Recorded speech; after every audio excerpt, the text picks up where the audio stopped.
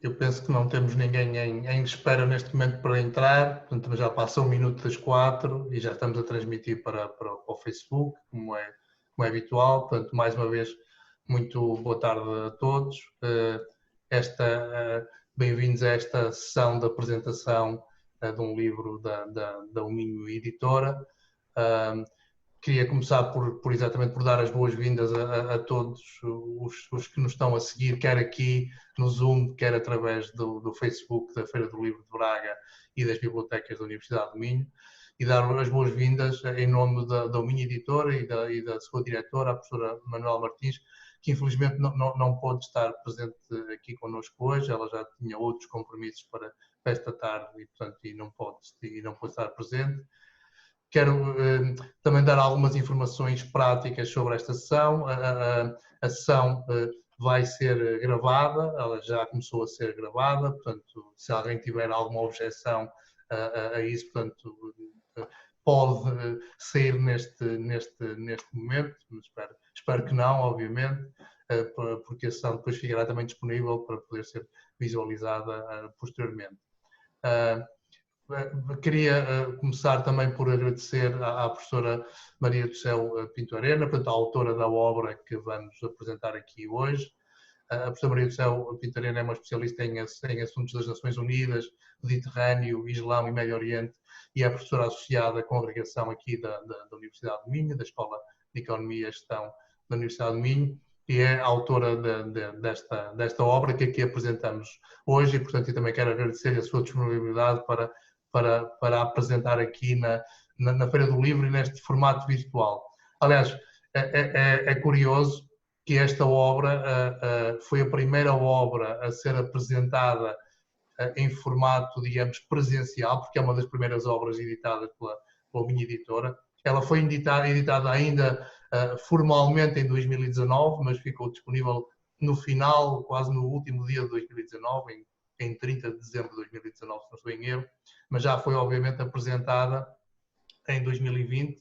Aliás, penso no dia 6 de março de 2020, no último ato público onde eu estive presente, porque no dia seguinte foi o dia em que ocorreu o primeiro caso de Covid-19 na Universidade do Minho, e, portanto, a partir daí deixaram de existir eventos presenciais. E, portanto, é um bocado curioso que tenhamos estado, digamos, nessa sessão como último ato, digamos, ainda de alguma normalidade pré-Covid, e estamos aqui de novo hoje nesta sessão, já num outro formato, no formato que a situação de pandemia nos impõe. Mas é também um prazer, obviamente, estar aqui pela relevância da obra em si, pelo tema, digamos, e mais uma vez estas circunstâncias que estamos a viver hoje, da pandemia, acho eu que só reforçam a importância das organizações como as Nações Unidas para a humanidade enfrentar este tipo também de desafios, digamos, que têm a ver também não apenas com as questões da segurança ou da soberania, etc., mas também com os desafios globais da saúde pública. E, portanto, é de facto muito relevante e um prazer estar aqui hoje. Queria também só dar uma última nota de que a minha editora pretende ainda realizar pelo menos mais uma sessão, provavelmente apenas mais uma sessão, nos últimos dias da Feira do Livro, ou seja, no último dia de agosto ou nos primeiros dias de setembro, para apresentar uma nova obra que estamos neste momento a ultimar a edição e, portanto, provavelmente esta será a segunda de 3 sessões de apresentação dos livros. E antes de dar a palavra à professora Maria do Céu, queria só dizer, portanto, que as pessoas, digamos, esperamos que esta sessão seja também interativa. A professora Maria do Céu irá fazer uma apresentação sobre a sua obra, mas esperamos ter espaço no final para algumas questões e para algum debate. Portanto, aqueles que quiserem podem, desde logo, ainda durante a intervenção da professora Maria do Céu, colocar as suas questões aqui no chat do Zoom ou através, digamos, dos comentários no Facebook, e nós tentaremos transmitir essas questões à professora Maria do Céu, ou então, depois de quando a professora Maria do Céu terminar a sua apresentação, podem levantar a mão aqui no Zoom e nós, digamos, daremos a palavra e terão a oportunidade de colocar de viva voz as vossas questões. Portanto, mais uma vez, muito obrigado a todos. Professor Maria do Céu, muito obrigado e passo-lhe agora a condução da sessão. Boa tarde, boa tarde. Eu gostava em primeiro lugar, além de cumprimentar o público que me está a seguir, gostava de cumprimentar o Dr. Heller Rodrigues e agradecer toda a sua participação e contributo para a publicação da minha obra através da minha editora, que é uma editora nova da Universidade de Minho e da qual eu tenho muito orgulho por fazer parte aliás, um dos primeiros livros a integrar o catálogo desta editora. Portanto, como docente da universidade, eu tenho muito orgulho em publicar o meu livro nesta editora. Portanto, agradeço muito o contributo, o acompanhamento meticuloso da editora através do Sr. Dr. Heller Rodrigues e da professora Manuela Martins, que não pode estar presente, mas a quem eu peço também ao Sr. Doutor para transmitir os meus cumprimentos. E gostava de cumprimentar, obviamente, o público que me está a seguir. Eu sei que me estão a seguir algumas pessoas conhecidas, nomeadamente meus alunos ou ex-alunos, que eu considero agora amigos, e portanto eu gostava de cumprimentar em especial de forma mais calorosa estas pessoas que eu conheço, mas também outras que eventualmente estarão a seguir, não só via Zoom, mas também via Facebook, e portanto eu gostava de agradecer a presença de todos e teria muito gosto de responder a questões ou comentários que no final me queiram colocar. Eu gostaria então de fazer uma pequena apresentação do meu livro, que aliás podem ver o aspecto, digamos, da capa, está atrás de mim, num formato A4, portanto um formato um pouco fora do vulgar, mas ficou uma obra bonita, e gostava de falar um bocadinho sobre o livro, sobre aquilo que ele trata e também aproveitar para fazer, digamos, uma contextualização nesta situação que nos encontramos a nível mundial, da importância das organizações internacionais, no fundo. Acho que é um bom momento e esta ocasião da pandemia cria um contexto que nos ajuda a repensar muito daquilo que está a suceder em termos internacionais, em termos da ordem internacional em que nós vivemos e também sobre o contributo das organizações internacionais, aquelas organizações que criaram regras e mecanismos para tornar a regulação dos assuntos internacionais mais fácil, mais eficiente, mais harmoniosa. Eu gostava de iniciar com uma reflexão sobre um discurso do secretário-geral da ONU, o nosso compatriota António Guterres, que precisamente há 3 dias atrás fez um discurso para a Fundação Nelson Mandela, um discurso também online, e em que ele usou frases muito duras, até muito realistas, usando uma linguagem que nem é muito própria de um diplomata como o secretário-geral da ONU, que geralmente é um mediador, é um homem que usa a chamada quiet diplomacy, portanto uma diplomacia discreta, que geralmente não usa a linguagem muito frontal, porque tem de gerir com cuidado o seu relacionamento com os Estados-membros, sobretudo com os Estados mais poderosos das Nações Unidas. E neste discurso, o secretário-geral da ONU, Guterres, fez algumas afirmações que eu considero interessantes e muito relevantes e acho que devem merecer a reflexão de todos nós como cidadãos, mas também dos decisores políticos. Sobre o Covid-19, considerou um raio-x revelando as fraturas no esqueleto frágil das sociedades que nós construímos. E, portanto, ele diz que o Covid-19 veio expor falácias, falsidades e mitos que vigoram na ordem internacional. Mitos como que o livre mercado pode oferecer assistência médica a todos. A ficção de que o trabalho não remunerado não é trabalho. A ilusão de que vivemos num mundo pós-racista e o mito de que estamos todos no mesmo barco. Portanto, a pandemia veio mostrar, pôr ao nu de uma forma dramática as fragilidades, as deficiências, as limitações do mundo que nós vivemos e, sobretudo, a desigualdade. Ele diz, aliás, Guterres diz, a desigualdade define o nosso tempo, a desigualdade de riqueza, sobretudo a desigualdade de poder, a desigualdade no acesso aos recursos, à educação, à saúde, sobretudo. E ele diz ainda também, nós enfrentamos a recessão global mais profunda desde a Segunda Guerra Mundial e o colapso o colapso mais amplo de rendimento desde 1870. Neste momento, mais de 100 milhões de pessoas podem ser empurradas para a extrema pobreza. Podemos assistir a fomes de proporções históricas. Bom, isto digamos, acho que este discurso é muito acertado, porque ele põe o dedo na ferida, tal como o Covid-19 pôs o dedo na ferida e pôs a nu as fragilidades da ordem internacional e veio mostrar a fragilidade das estruturas institucionais, das economias, veio fragilizar sobretudo determinadas camadas da população, as pessoas que têm um rendimento precário, que não têm um contrato de trabalho, mesmo as profissões liberais, não é?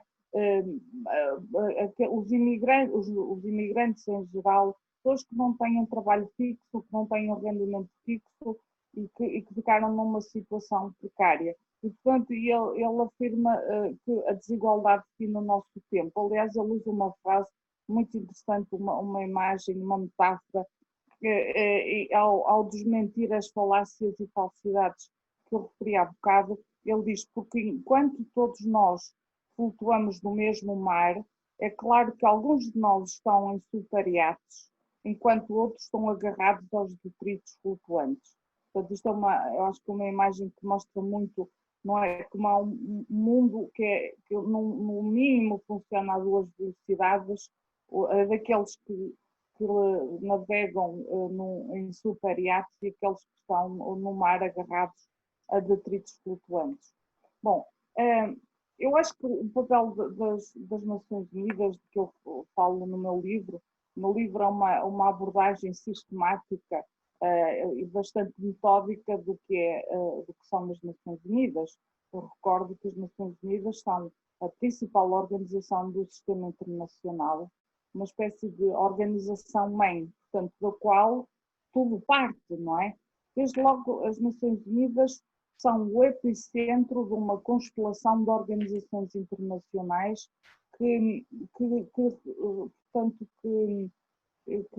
circundam, não é? Portanto, a ONU, portanto, que rodam à sua volta, é o que se chama o Sistema das Nações Unidas. Portanto, a ONU em si, com os seus órgãos mais conhecidos, o Conselho de Segurança, a Assembleia Geral, o Conselho Económico e Social, por aí fora, é apenas a organização-mãe que está, portanto, no centro dessa constelação e que está no centro de um sistema do qual dependem dezenas de outras organizações internacionais, inclusive a Organização Mundial de Saúde.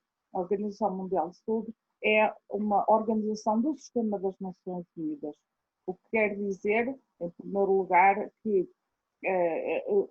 foi criada pelas Nações Unidas por iniciativa geralmente no âmbito da Assembleia Geral das Nações Unidas, em que são aprovadas resoluções que determinam a criação de novas organizações internacionais, que vêm preencher uma lacuna, vêm desempenhar uma função em áreas específicas.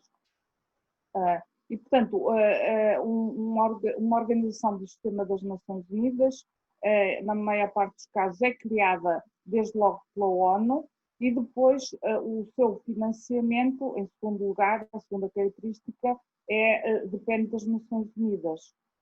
Portanto, é a própria ONU que contribui financeiramente para o orçamento, por exemplo, da Organização Mundial de Saúde.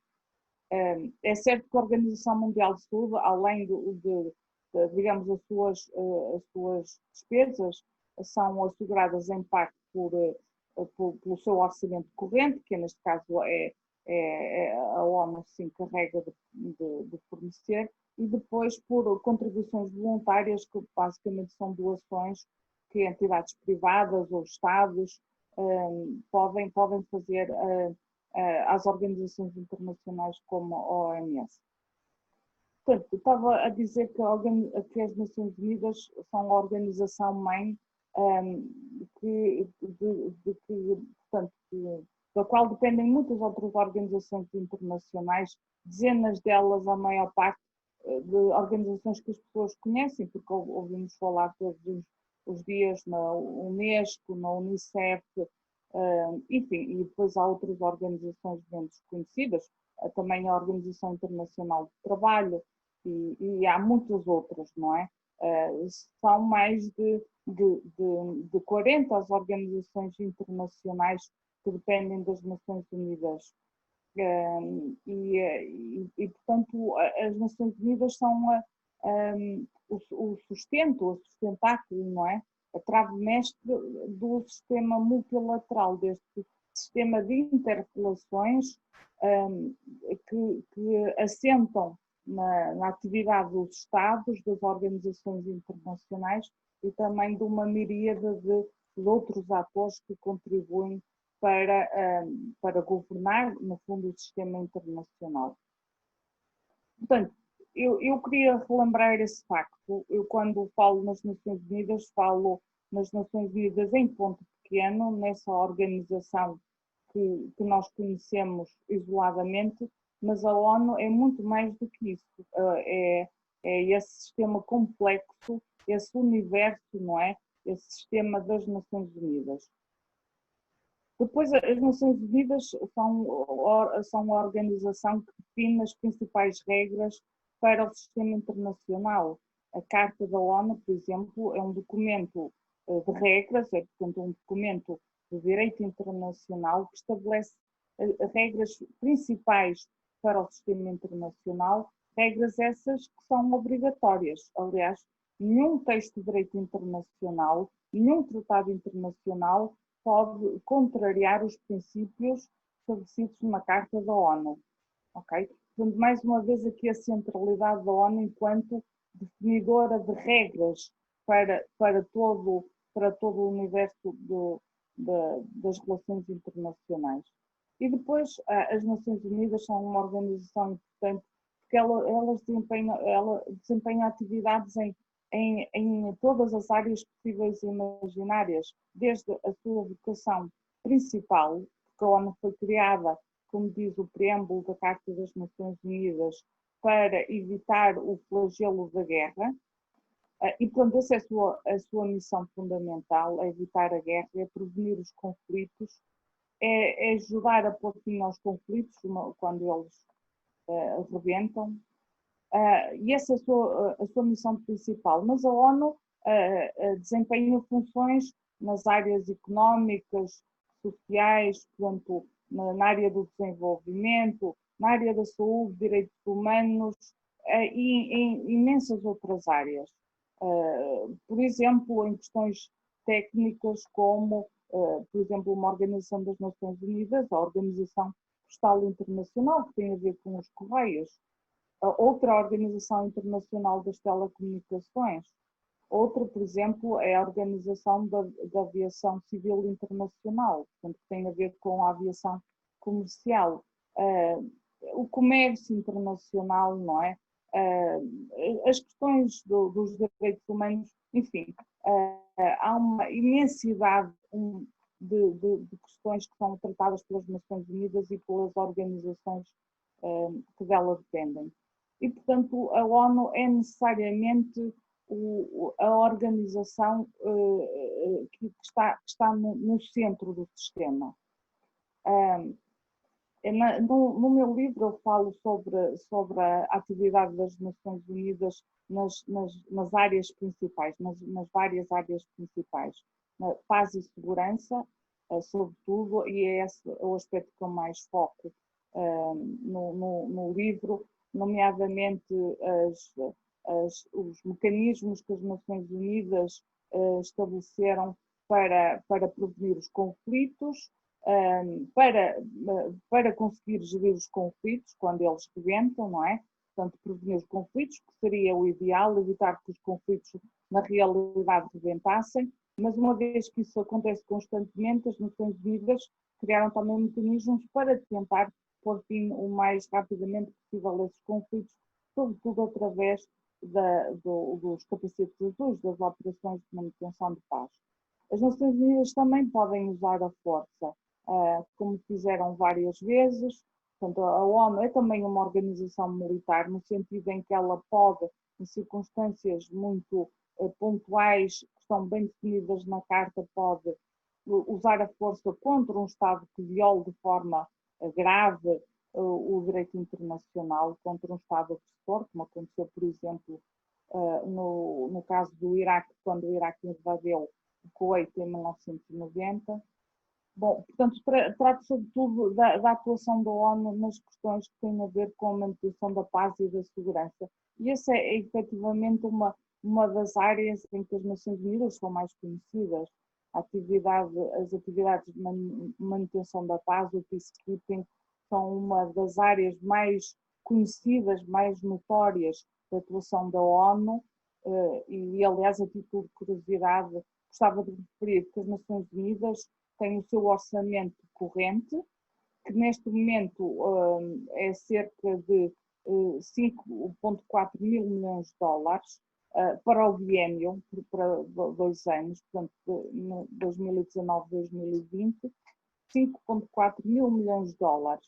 Mas o orçamento do peacekeeping, que é um orçamento à parte, portanto, o orçamento que financia as operações de paz em África, em várias zonas do mundo, esse orçamento é superior, ronda os 6,5 mil milhões de dólares. Portanto, é superior ao orçamento corrente da ONU. O que mostra também o investimento que as Nações Unidas fazem em termos de operações de paz e da gestão dos conflitos. Falo também, obviamente, noutras áreas de atividade das Nações Unidas, na área do desenvolvimento, da ajuda ao desenvolvimento. As Nações Unidas têm uma atividade muito importante e multifacetada. A área dos direitos humanos, no qual, infelizmente, a ONU deveria servir de farol e de guia, mas a sua atuação está cheia de limitações e de marcas negativas. Infelizmente, é uma das grandes áreas críticas da atuação da ONU em relação aos direitos humanos. Mesmo assim, mesmo com todas essas limitações, as Nações Unidas trouxeram a questão dos direitos humanos para a cena internacional, porque a partir de 1948, com a aprovação da Declaração Universal dos Direitos do Homem, começou-se a falar dos direitos civis e políticos, mas também dos direitos económicos, sociais e culturais, e depois ainda mais para a frente dos direitos das minorias, das mulheres, dos povos indígenas e por aí fora, não é? E portanto, essa é outra área importante da atuação da ONU, embora, como referi, nessa área a ONU infelizmente ficou muito aquém do seu potencial. Outra das questões que eu falo no meu livro tem a ver com o contributo das Nações Unidas para a elaboração do direito internacional. Mais uma vez, como referi há pouco, a ONU é uma autêntica fábrica de tratados. Aliás, como se diz quando se fala no Conselho da Europa, outra organização internacional importante no contexto europeu, diz que o Conselho da Europa é uma fábrica de tratados devido ao volume de acordos internacionais e tratados que são aprovados no âmbito desta organização europeia. E no caso das Nações Unidas é a mesma coisa. A ONU também é uma organização de tratados em todas as áreas possíveis e imaginárias. desde as áreas clássicas da paz e da segurança, armamento, controle de armamento, desarmamento, não é? Até áreas muito específicas. Falo também sobre a reforma das Nações Unidas, que é uma questão importante, uma questão que esteve quase sempre, desde o início da ONU, quase desde o início que se fala na reforma das Nações Unidas, porque logo desde o início a ONU mostrou as suas, a necessidade, não é, de introduzir alterações, até de atualizar o funcionamento das Nações Unidas. Portanto, a reforma é uma das questões mais importantes, a começar pela reforma do Conselho de Segurança, que é talvez a questão mais espinhosa e aquela relativamente à qual será mais difícil avançar, porque seria necessário, como toda a gente sabe, reformular a atual estrutura do Conselho de Segurança com os seus 15 membros, 5 dos quais são membros permanentes, e, portanto, seria necessário alargar o Conselho de Segurança, fazendo entrar como membros permanentes países representativos da América, do continente americano, porque não temos no Conselho de Segurança um Brasil, por exemplo, ou um México, não é? Não temos nenhum país africano no Conselho de Segurança, portanto seria necessário também dar a voz à África no Conselho de Segurança. Seria necessário reforçar a participação de países asiáticos além da China, como o caso de uma Indonésia, não é? De uma Índia, portanto, também como membros permanentes do Conselho de Segurança. Isso talvez implicasse teria alguma lógica reduzir o número dos membros europeus do Conselho de Segurança, está lá já a França e a Inglaterra, pelo menos não aumentar com outros países europeus. Mas seria também uma questão, eventualmente, a ver se existe já uma sobre-representação europeia no Conselho de Segurança. Portanto, a reforma das Nações Unidas, em particular o Conselho de Segurança, é outra das questões que eu trato no meu livro.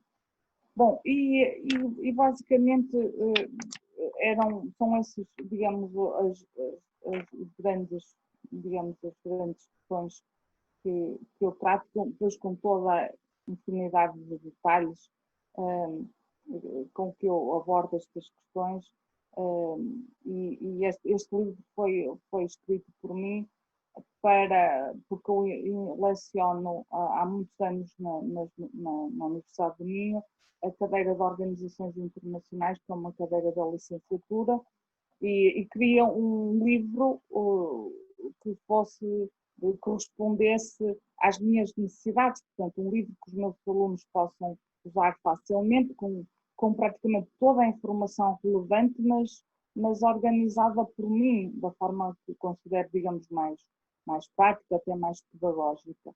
E, portanto, é na sequência disso que eu elaborei, portanto, que eu escrevi este livro, que vai agora na segunda edição. Houve uma edição inicial com outra editora que precisava de ser reformulado e atualizado, e, portanto, esta edição atualizada surgiu agora pela iniciativa da minha editora. Bom, eu penso que já estou a falar há bastante tempo. Não sei se, entretanto, há questões, para já julgo que não há questões colocadas. Não sei se alguém quer fazer a questão eventualmente live oralmente, ou se querem comentar via chat, ou comentar ou dirigir questões. Bom, eu também gostava já agora de aproveitar para fazer uma reflexão sobre o papel das Nações Unidas no contexto da situação atual. E, sobretudo, quando nós falamos das Nações Unidas, falamos da Organização Mundial de Saúde. Mais uma vez recordo que a OMS é uma organização do sistema das Nações Unidas. E eu gostava de dizer que esta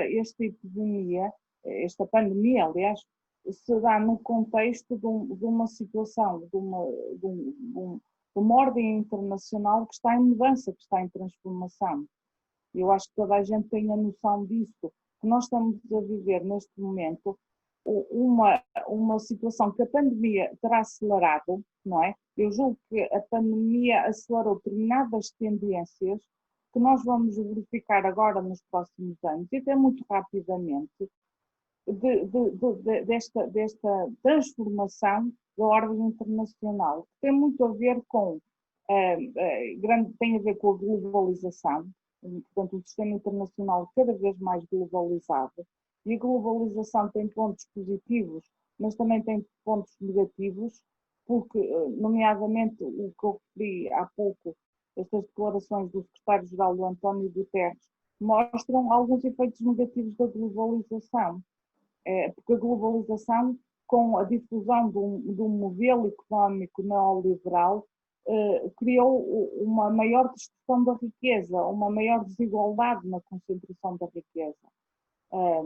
E a globalização tem também outros aspectos sinistros, digamos, como, por exemplo, as novas tecnologias aceleraram a integração do mundo, não é? A interconexão das pessoas, dos países, enfim, mas também tem os seus lados bastante negativos, através, por exemplo, da manipulação da informação, não é?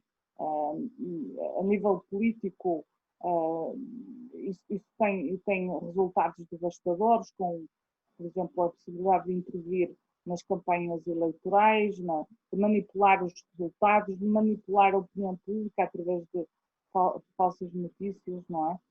Portanto, a globalização, por um lado, é cada vez mais intensa, e há nisto aspectos que são bastante negativos, não é?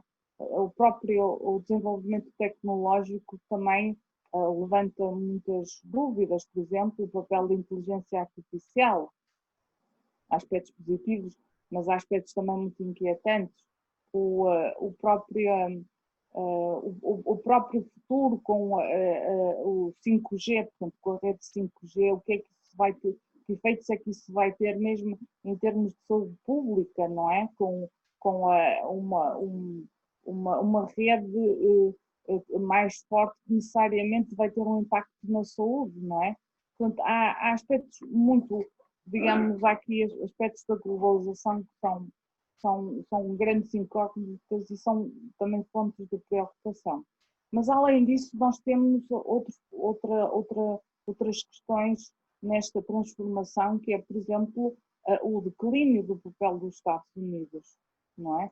Os Estados Unidos, e isso foi algo que já foi admitido pelo presidente Barack Obama, os Estados Unidos, ele preparou, aliás, não é? Ele, enquanto presidente, admitiu que os Estados Unidos iam ter de dividir o poder ou abandonar uma parte do seu poder enquanto líder internacional, partilhando esse poder com, nomeadamente com a China, não é? E portanto aqui esta questão da decadência dos Estados Unidos enquanto potência hegemónica do sistema internacional é também um fator que não nos deixa necessariamente tranquilos, porque os Estados Unidos desempenharam sempre no sistema internacional, sobretudo a partir da Segunda Guerra Mundial, o papel de potência hegemónica, mas bastante benigna, não é? Um país que continuava a perseguir os seus interesses, não é? A expandir o capitalismo e os seus mercados, mas que tinha um papel, em grande parte, positivo, não é? Sobretudo do ponto de vista do Ocidente. Ora, este declínio da potência americana é acompanhado pela ascensão da China. E aqui, na situação de pandemia, a China teve um papel importante, não só porque foi o centro difusor da doença, do contágio, mas também pela forma como se comportou, não mostrando grande transparência, querendo até criar uma narrativa sua que escondia as suas responsabilidades, não é? Portanto, uma narrativa que até que empurrava a culpa, não é? para outros países, para os Estados Unidos, e que não mostra nem a transparência, nem o comportamento responsável que se espera de uma potência emergente, uma potência que vai dividir o poder na cena internacional com os Estados Unidos.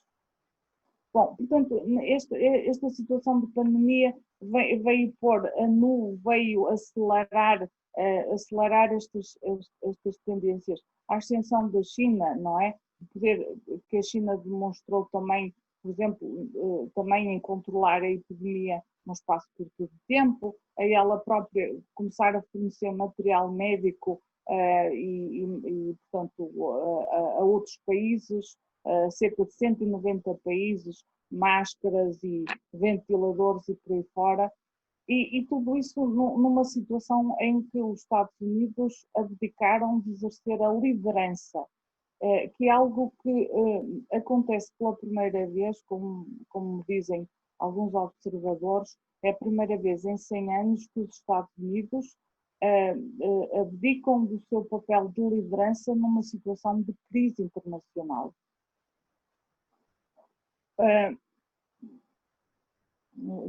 Não tenho certeza se me estão a ver. Não sei se Sim, eu penso que houve aqui alguém que começou inadvertidamente a partilhar o ecrã e peço à Carla, que é quem está a controlar a sessão, se consegue fechar aqui isto. Sim, penso que é isso que está a acontecer. Sim. Ok, portanto, eu estava a dizer que os Estados Unidos, com a atual administração Trump, que abdicaram da sua liderança, a liderança que exerceram, por exemplo, nos últimos anos, durante a crise económica e financeira, 2008-2009, durante a crise por exemplo, falando em problemas de saúde pública, a crise do ébola em 2014-2015, a crise de SARS em 2002-2003. Portanto, foram momentos em que os Estados Unidos quiseram sempre liderar, quer do ponto de vista das iniciativas, quer também financiando as organizações internacionais ou as iniciativas que ajudavam a pôr cobre a determinados problemas. E hoje em dia os Estados Unidos estão a retirar-se do sistema, não é? Isto é muito inquietante. Com o presidente Trump, os Estados Unidos estão a demolir a ordem internacional liberal, estão a demolir a ordem multilateral, a ordem que assenta então nesse puzzle de atores diferentes, Estados, organizações internacionais, ONGs e outros atores. Desde que a administração Trump chegou à Casa Branca, os Estados Unidos, por exemplo, a nível multilateral, retiraram-se da Unesco, deixaram de financiar uma organização das Nações Unidas que ajuda os refugiados da Palestina.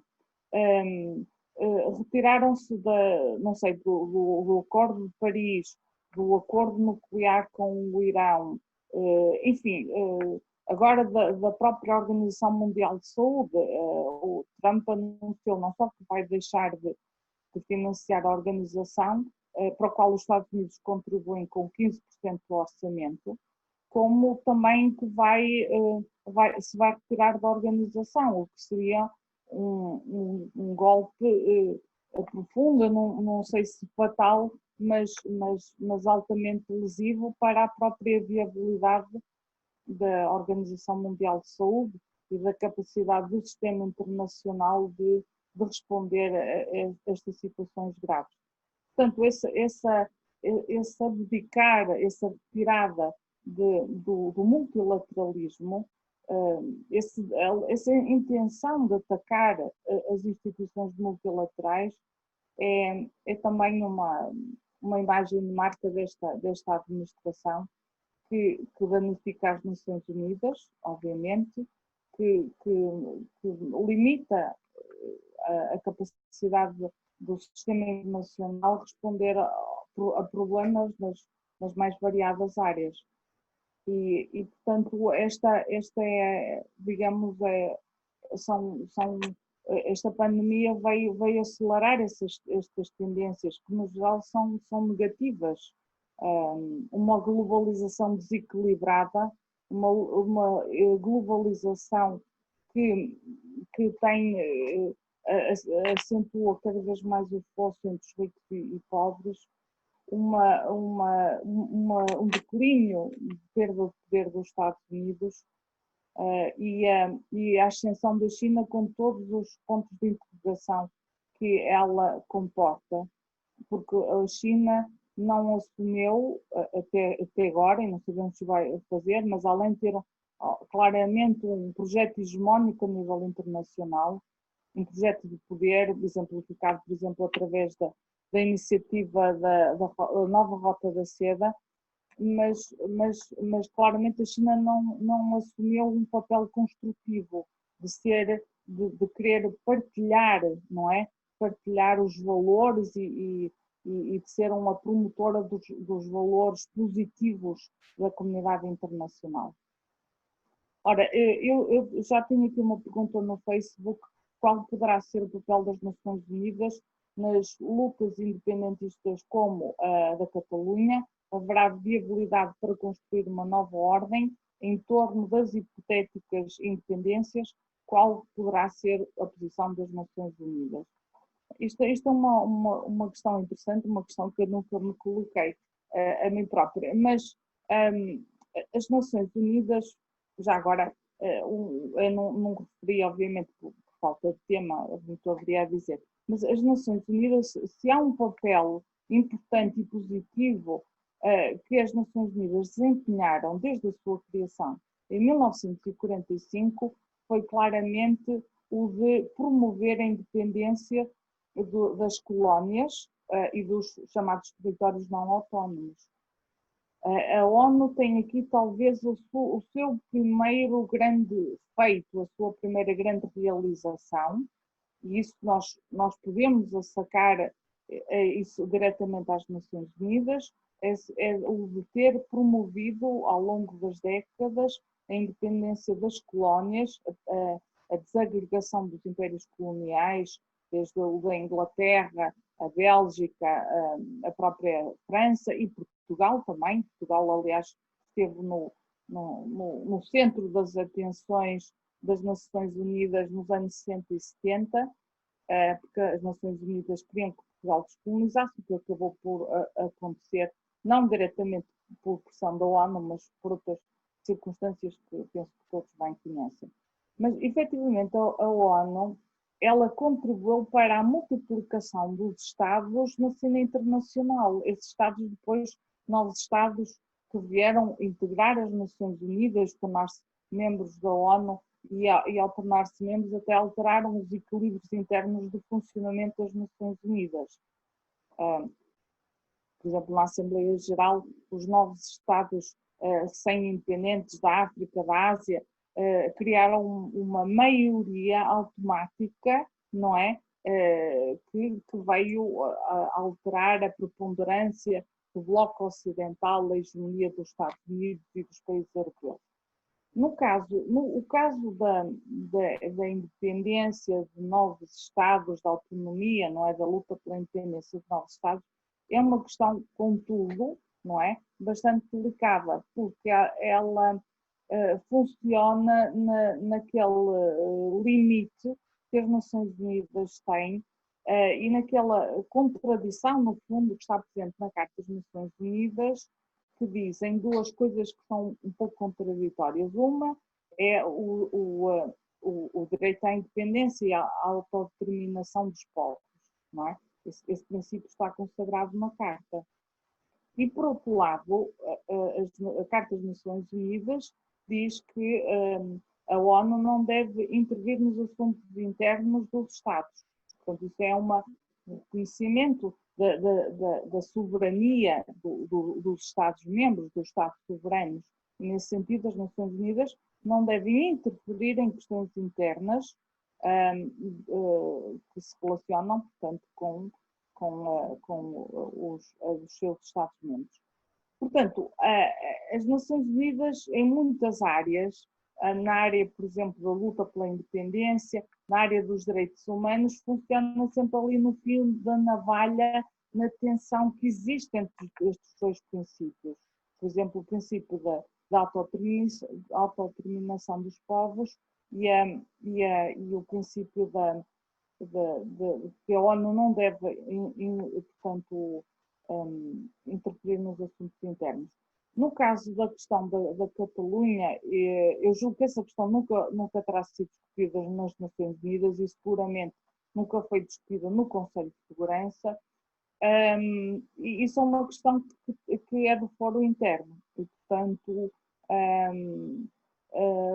não se considera a Catalunha um território não autónomo. Nas Nações Unidas havia um órgão, aliás, ainda existe um órgão, que era responsável por analisar essas situações de territórios não autónomos e de colónias, que é o Conselho de Tutela. Mas desde 1993, que o Conselho de Tutela já não tem matéria sobre o qual, digamos, trabalhar, porque todos os territórios não autónomos acederam à independência. E a Catalunha não é considerada um território não autónomo, é considerada parte do Estado espanhol. E, nesse sentido, é uma questão que dificilmente será tratada nas Nações Unidas. Portanto, essa é a minha resposta.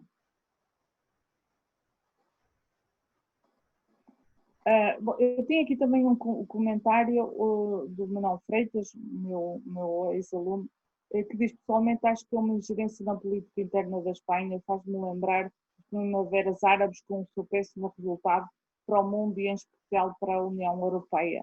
De facto, exato, o Manuel tem razão, aliás a minha opinião é essa, que tal como, enfim, como estão as coisas neste momento, as Nações Unidas não terão aí um papel. E ainda para mais, além de que esta questão é uma questão bastante delicada, não é? Acho que ninguém quer pegar no fundo nesta batata quente. Tem outro comentário. Alguma vez a globalização foi equilibrada? Isso é uma pergunta bastante grande, muito ampla. A globalização teve aspectos. Bem, quando nós falamos de globalização, falamos em primeiro lugar, talvez, da globalização do ponto de vista económico, não é? E a globalização acelerou-se muito com o fim da Guerra Fria, com a queda portanto, do Bloco de Leste, com a adesão do Bloco de Leste e todos aqueles Estados que dependiam de alguma forma da União Soviética, o fim do socialismo e a adesão a um modelo capitalista, liberal, não é? Portanto, no fundo, o fim da Guerra Fria vai propiciar a globalização porque permita portanto, a difusão do sistema capitalista a nível mundial, não é? Uma vez que terminou o sistema socialista, o sistema, digamos, inspirado pela União Soviética.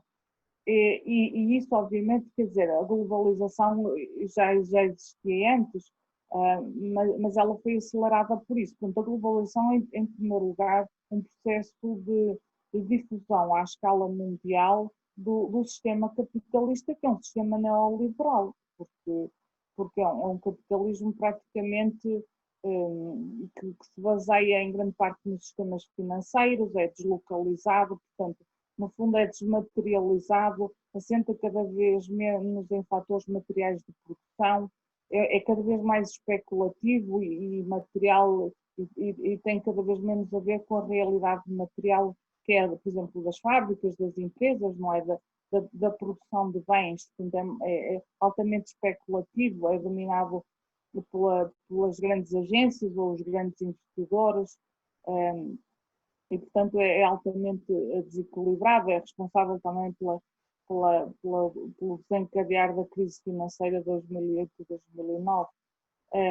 Mas a globalização do ponto de vista por exemplo, da capacidade de criar aos cidadãos, sobretudo através da utilização das novas tecnologias, a internet,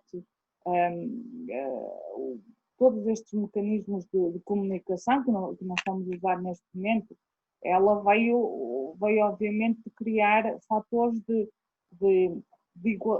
igualização das oportunidades, porque esta minha apresentação, podem estar a aceder a esta apresentação, não só as pessoas quer dizer, os portugueses, não é? Pessoas de Braga, os meus alunos, os meus ex-alunos, mas pessoas de todo o mundo, porque a tecnologia dá a todas as pessoas quase a oportunidade de participar na comunicação, na transmissão de informações, no enriquecimento, não é? No enriquecimento em termos de informação.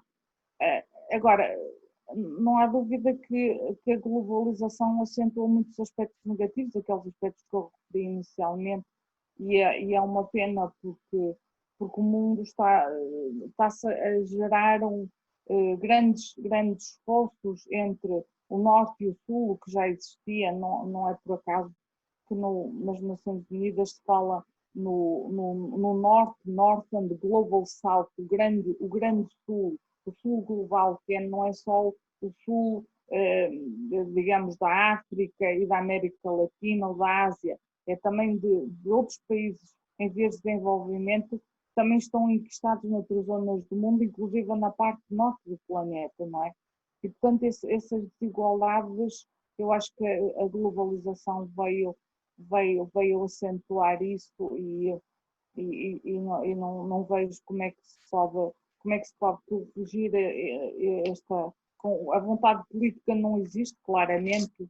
Eu acho que nós caminhamos para situações dramáticas, no fundo, não só devido a estas desigualdades, mas devido a outras questões que nos escapam do nosso controle, como, por exemplo, a crise climática, porque isso aí agora, sim, nós podemos tomar medidas, não é? Para travar as alterações climáticas, mas os desastres ambientais vão acontecer, não é? Isso não depende completamente de nós. A questão das alterações climáticas, dos desastres ambientais que isso vai acarretar, da deslocação em massa de populações que vão ser aceleradas precisamente pelas alterações climáticas, e tudo isso vai provocar mais conflitos e vai acentuar as tensões a nível mundial, não é? E portanto, o futuro tem também estas incertezas e estas inquietações e portanto, e nesse sentido as minhas considerações sobre a globalização não foram muito positivas. Também tenho aqui um comentário que a globalização não está a cumprir os fins a que se propôs. Bem, a globalização não nasceu propriamente com um programa, ela nasceu no fundo, a conjugação de várias circunstâncias, não é? Circunstâncias que têm a ver com a economia, têm a ver com fatores tecnológicos, não só as comunicações, mas os transportes, não é? Os transportes também, e inúmeros outros fatores. Portanto, a globalização não nasceu com um programa ideológico normativo, não nasceu com bons propósitos, não é? Isso é uma pena, porque se a globalização tivesse um programa de princípios, um programa normativo, poderia ser uma forma de tentar controlar as assimetrias e esses desequilíbrios, mas a globalização não tem um programa normativo, não tem um conjunto de bons propósitos ou de valores. Embora as Nações Unidas tenham, através de numerosas iniciativas que eu refiro inclusive no meu livro, têm tentado controlar os efeitos negativos da globalização. Estou-me a lembrar, por exemplo, do chamado Global Compact, uma iniciativa da ONU que junta organizações internacionais, Estados, por exemplo, as grandes corporações, as multinacionais, em redor de um conjunto de princípios como o desenvolvimento económico, portanto, a prosperidade, a sustentabilidade, o respeito pelos direitos humanos. Portanto, o Global Compact vai um pouco no sentido de agregar os vários atores da globalização, dando-lhes um conjunto de, pronto, lá está, de normas e princípios éticos para regular o seu comportamento. Mas todas essas iniciativas têm obviamente, os seus limites e os resultados não são tão importantes como nós desejaríamos.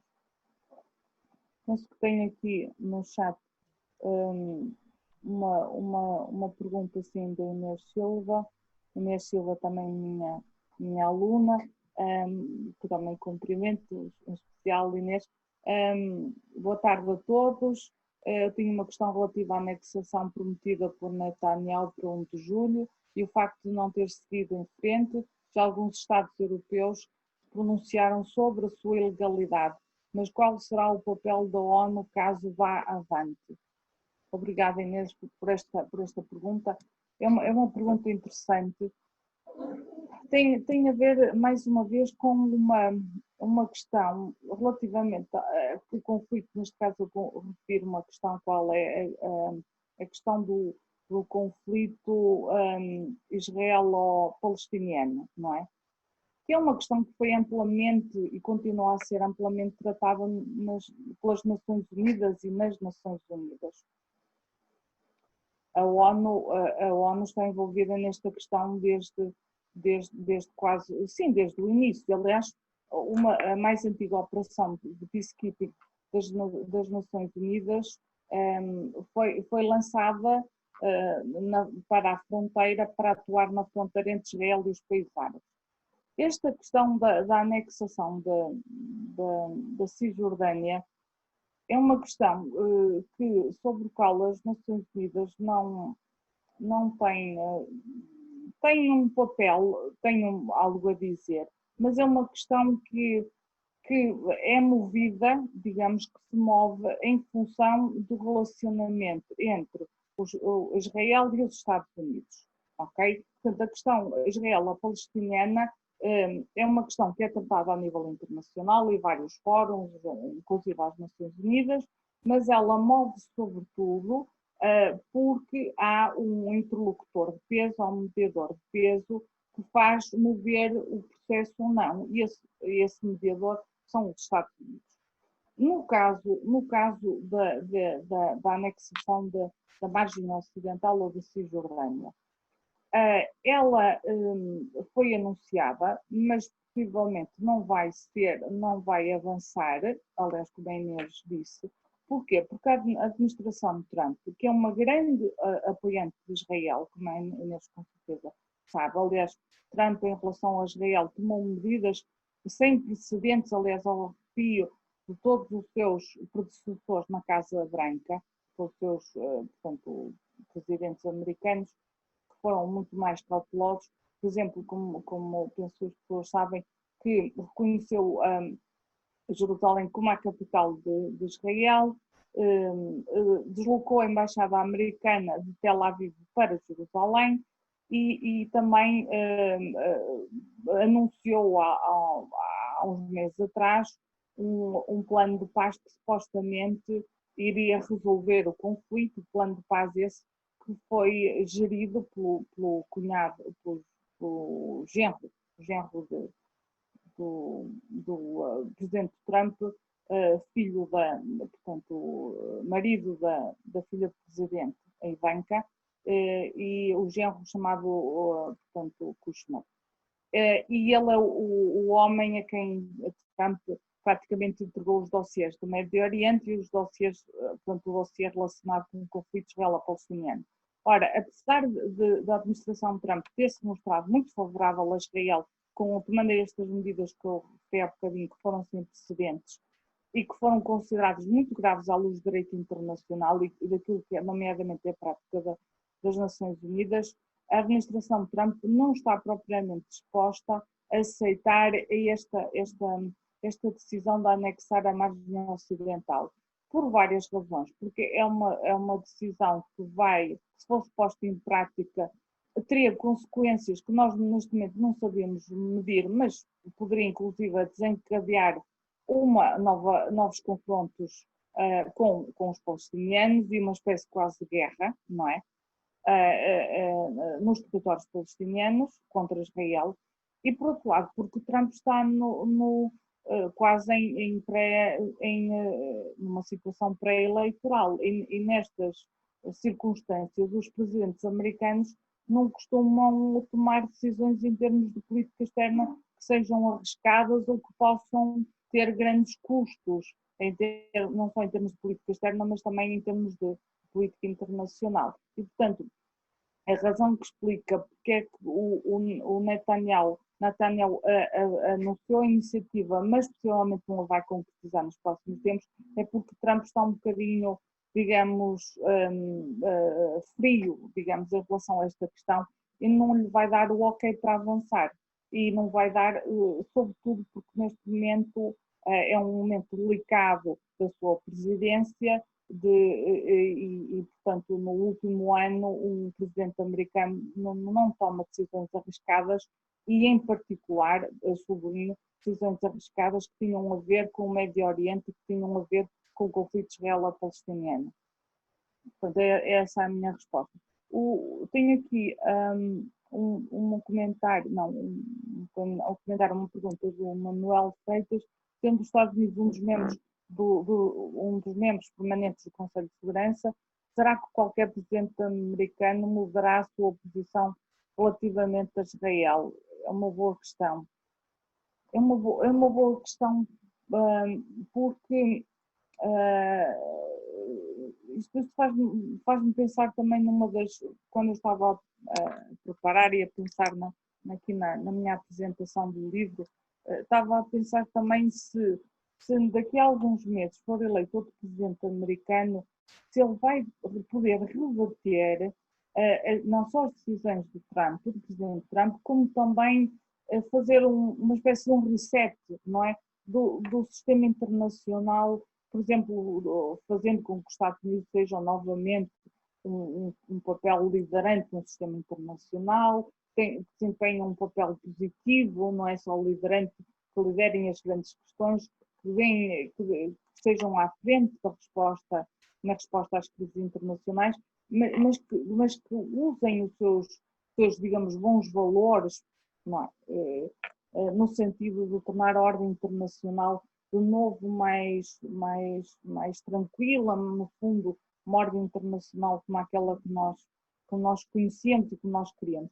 E é assim, mesmo que outro presidente americano, como por exemplo, eventualmente Joe Biden, fosse eleito, não será possível desfazer todas as decisões, nem anular o impacto de todas estas decisões tomadas pelo presidente Trump. E agora, no caso concretamente de Israel, será muito difícil para outro presidente que venha a ser eleito voltar atrás em relação a Israel, porque a relação que os Estados Unidos têm com Israel é uma relação especial, e não sou eu que o digo, na literatura especializada é conhecida como the special relationship, a relação especial. É um país, Israel, no contexto das relações externas dos Estados Unidos, é um país que tem um lugar diferente, que tem um lugar especial. E, portanto, um próximo presidente americano não vai poder desfazer essa decisão, porque isso tem muitos custos, e tem custos também em termos da política interna americana, em termos do eleitorado americano, que é judeu e que é pró-Israel. E eu penso que dificilmente essa decisão vai ser revertida, mesmo por um presidente que tenha um posicionamento completamente oposto ao do atual presidente. Penso que há aqui outra... Ok, não. Penso que eram estas as questões que eu tinha no chat e no Facebook. entretanto já passou uma hora. Muito bem, professora. Não sei se ainda há alguém que queira colocar mais alguma questão. Nós temos mais ou menos programado estas sessões para cerca de uma hora, mas se houver interesse podemos ficar mais uns minutos. Em qualquer caso, aliás, como a Carla Marques acaba de colocar aí no chat, também queria recordar mais uma vez que o livro que tivemos aqui a apresentar está disponível quer em formato impresso, quer em e-book, portanto estão aí os links onde podem aceder às diferentes versões do livro. E se não houver mais questões, só me resta agradecer mais uma vez a presença de todos, em particular agradecer a presença e a disponibilidade da professora Maria do Céu para estar aqui connosco hoje, a fazer esta apresentação neste formato virtual e recordar a todos que, mais uma vez, que a sessão esteve a ser transmitida e, portanto, a gravação ficará disponível nos canais quer das bibliotecas da Universidade de Minho, quer da Feira do Livro, e oportunamente, como referi no início, no final de agosto, espero que possamos anunciar a apresentação de um novo livro editado pela Minho Editora agora durante o mês de agosto. Não sei se a professora Maria do Céu quer também dizer mais alguma palavra. Sim, eu gostava de agradecer a organização deste evento por parte da Minho Editora, da Universidade do Minho e da Feira do Livro de Braga e gostava em particular de agradecer às pessoas que estiveram a assistir e aos meus conhecidos, amigos, ex-alunos e alunas da Universidade do Minho, que têm sempre um lugar especial no meu coração, obviamente. Boa tarde, obrigada. Mais uma vez, boa tarde. Vamos então terminar a transmissão para o Facebook e fecharemos aqui a sessão aqui também dentro de alguns instantes. Muito obrigado. Boa tarde.